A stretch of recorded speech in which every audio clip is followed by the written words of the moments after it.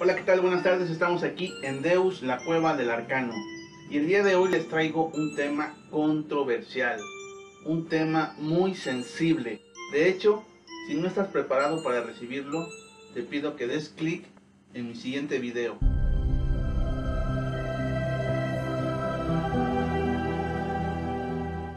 Ahora, si has decidido continuar con este video es porque quieres conocer algo que quizás nunca te habías preguntado, algo que quizás nadie te había dicho y has vivido engañado durante años, décadas por las creencias que te ha instaurado la Iglesia Católica.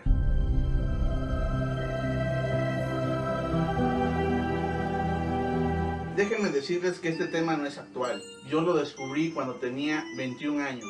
Actualmente tengo 47, pero en aquellos ayeres en que lo descubrí, la gente no estaba preparada todavía para muchas cosas. Si hablabas de extraterrestres, si hablabas de reptilianos, si hablabas de doctrinas ajenas a la Iglesia Católica, ¡boom! Eras marcado definitivamente por tu familia y por tus amigos. Nadie quería hablar contigo. En aquellos entonces no había internet todavía, o por lo menos no existía tal y cual lo conocemos hoy.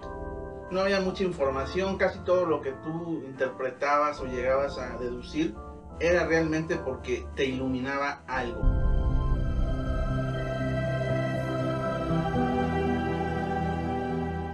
El día que yo le presenté esta interpretación a un amigo, a mi madre y a la persona que en aquel tiempo era mi novia, me crucificaron.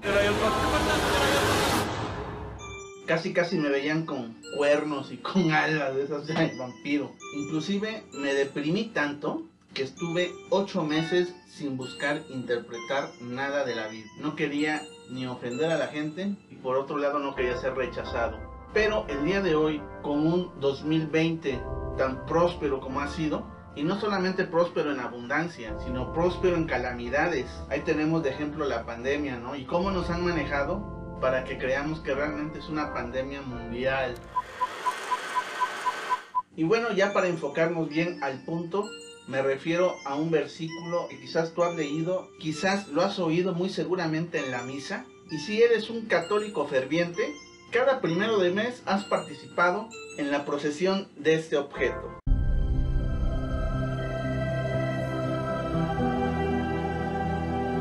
Y bueno, ¿qué dice Mateo 24:15? Escuchemos. Por lo tanto, cuando veáis instaurado en el lugar santo del templo, al ídolo desolador, del cual habló el profeta Daniel, el que lee que entienda. Entonces los que estén en Judea, huyan a los montes. El que esté en la azotea, no descienda para tomar algo de su casa. Y el que esté en el campo, no vuelva atrás para tomar su capa. Mas ay de las que estén en cinta, y de las que críen en aquellos días. Orad, pues, que vuestra huida no sea en invierno ni en día de reposo, porque habrá entonces gran tribulación, cual no la ha habido desde el principio del mundo hasta ahora, ni la habrá. Y bueno, este es un pasaje bíblico lleno de mucho simbolismo, y debido a ese simbolismo es que tú has vivido engañado por una fe que no es correcta. Si tú empiezas a leer Mateo 24, te vas a empezar a topar con muchos versículos que tratan de discernir que tú puedes ser engañado por alguien. ¿Quién es este alguien? Actualmente la Iglesia Católica. Yeshua hace bastante énfasis en el tema de que muchos van a venir en su nombre. De hecho, a futuro vas a ver otro video también controversial sobre quién es el que venía a su nombre.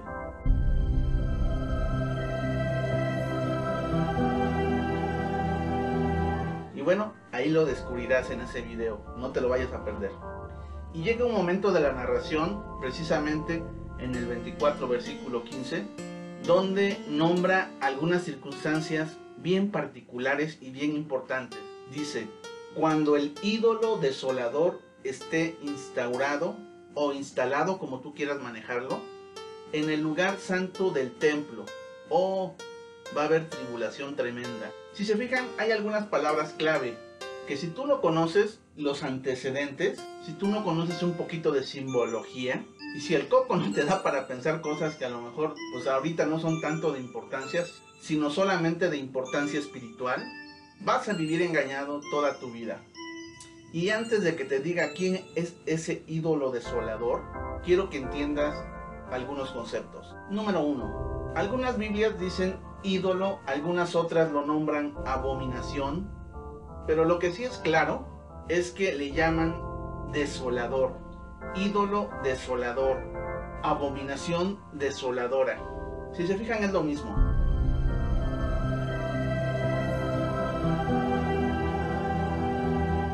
Si tú buscas en un diccionario común y corriente la palabra desolador o desoladora, te dice lo siguiente: que provoca dolor y angustia.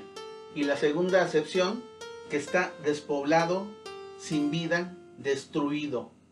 Y estas dos palabras son básicas: ídolo, desolador, abominación, desoladora. ¿Qué significa esto?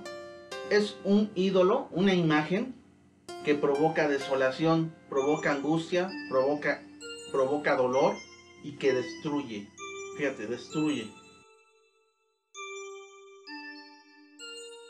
Algo también mucho más importante, y es algo que tú ahorita no comprendes, no logras relacionar, es que dice cuando esté instaurado, cuando esté instalado, o sea, puesto en un lugar. ¿Qué lugar? Te dice ahí claramente en Mateo 24:15, en el lugar santo del templo. Inclusive muchos católicos dicen, no, es que yo no voy al templo, yo voy a la iglesia. Pues sí, amigo, pero finalmente es un templo de adoración. Es más, tú eres un templo de adoración, para que me entiendas. Y bueno, para poder hacer la conclusión, relacionar las ideas, nos tenemos que remitir forzosamente al templo de Jerusalén. Y bueno, el templo de Jerusalén o templo de Salomón, precisamente porque él lo edificó, él inició el proyecto, se encuentra precisamente ubicado en Jerusalén, en lo que llaman muchos Monte Moriah. Para que lo ubiques bien, en el territorio donde actualmente está la cúpula de la roca y la mezquita de Al-Aqsa. Y bueno, este templo tenía el objetivo de ser el único centro de adoración del Dios Yahweh.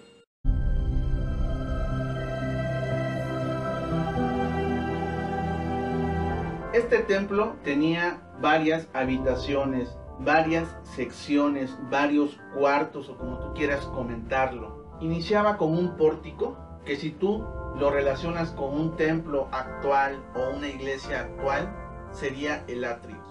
De ahí venía una sección que le llamaban lugar santo. Y bueno, el lugar al que realmente se refiere Daniel no es el lugar santo, sino el santísimo. Era otro tabernáculo u otro cuarto, para que me entiendas, donde nadie podía ingresar. En ese tabernáculo solamente ingresaba un sacerdote autorizado. Es más, se cuenta que si tú no estabas autorizado e ingresabas al Santísimo, al tabernáculo, morías. Así de restringido estaba el ingreso al Santísimo. Y bueno, ¿qué realmente había en el Santísimo? ¿Por qué lo cuidaban tanto? ¿Por qué no tenía acceso para toda la gente? En primer lugar, guardaba el Arca de la Alianza, que también es un tema de mucho misterio, actualmente desaparecida, aunque algunos dicen que está en una iglesia allá en Etiopía. Pero bueno, ese es otro tema. También se dice que en ese tabernáculo se guardaba una madera del Arca de Noé. Otra reliquia bien importante era el báculo de Aarón, maná del desierto, y las famosísimas tablas de la ley, los 10 mandamientos.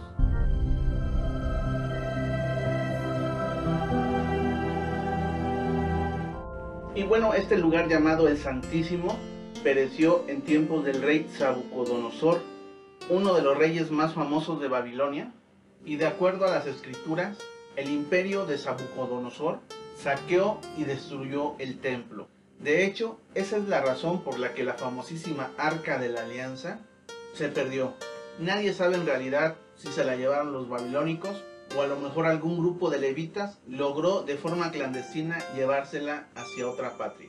La primera hipótesis la descartamos porque la Biblia misma da un checklist de todo lo que fue saqueado por Babilonia y no viene el Arca de la Alianza, curiosamente. Entonces lo más probable es o que se haya destruido o que alguien clandestinamente la llevó a otro santuario. Y bueno, ¿por qué les cuento esta historia? Porque finalmente, cuando la Iglesia Católica, que fue la primera en retomar las enseñanzas de Yeshua, transquiversarlas, mezclarlas con paganismo y mostrarlas al mundo como un catolicismo puro, obviamente copió el tema del templo. Ellos también hicieron templos, llamados ahora iglesias. Y esas iglesias tienen un símil con el templo de Jerusalén. Tienen la parte del atrio o pórtico, tienen la parte donde va la gente, reza y donde dan la misa famosa, y hay un lugar llamado el Santísimo, que actualmente se ha transquiversado.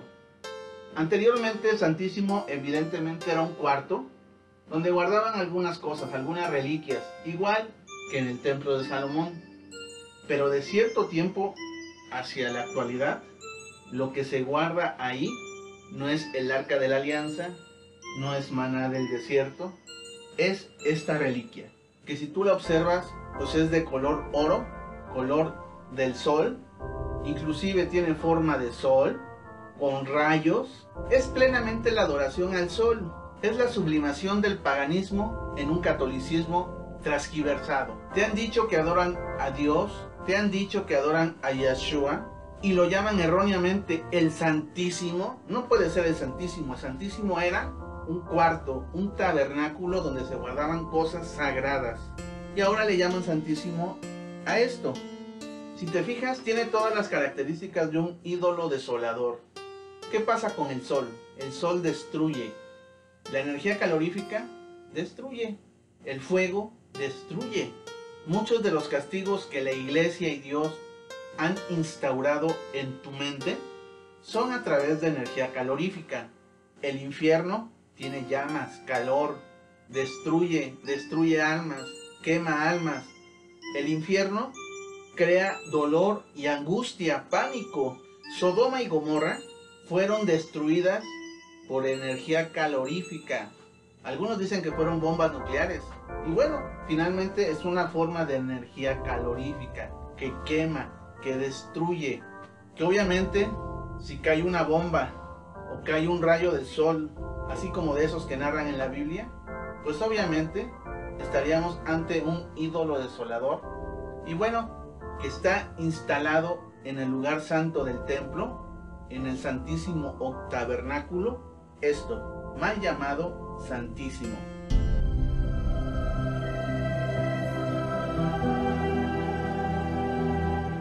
Déjenme decirles que algunas iglesias evangélicas, algunos bien instruidos, han llegado a una conclusión similar a la mía. Solamente que yo llegué a esa conclusión cuando tenía 21 años.